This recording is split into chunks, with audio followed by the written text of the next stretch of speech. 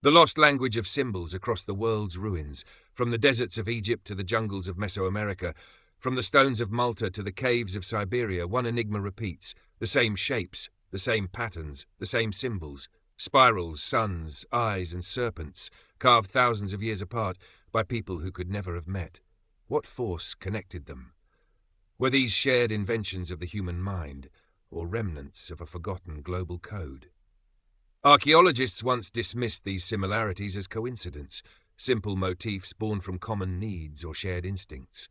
Yet the deeper researchers dig, the harder that explanation becomes to hold. The spiral, for instance, appears on artifacts from Ireland's Newgrange tombs and in ancient Peru. The all-seeing eye marks temples in Egypt and pyramid walls in Central America.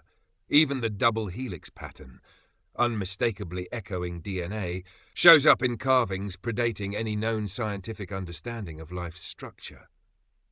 Some scholars call this phenomenon the language of symbols, a visual lexicon through which ancient civilizations may have communicated cosmic truths. To them, these repeating glyphs were not mere decoration, but memory, a code meant to preserve sacred knowledge across ages and continents. The serpent represented energy, the spiral the flow of time, the circle unity, and the triangle divine ascent. Seen this way, the walls of ancient temples were not just art.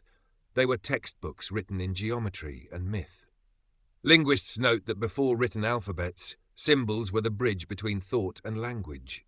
The first cuneiform marks, Egyptian hieroglyphs, and even Chinese oracle bone scripts all evolved from pictorial roots. But what if those roots were shared? If a primordial symbol system once spanned the planet, only to fragment into regional tongues? Some researchers suggest it might explain why myths of creation, flood, and rebirth echo so similarly across the globe, retellings of the same original story, written first not in words, but in symbols.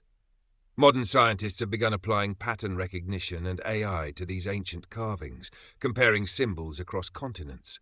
Early results hint at recurring ratios, angles, and alignments, suggesting a kind of universal template, one that transcended culture or geography. Perhaps these symbols were never lost at all. Perhaps they still pulse quietly in the designs we wear, the logos we trust, the icons on our screens. The human mind may have inherited that ancient code, carrying forward an unbroken thread of symbolic thought. And if so, decoding it might not just reveal how our ancestors saw the world, but how consciousness itself has always tried to speak.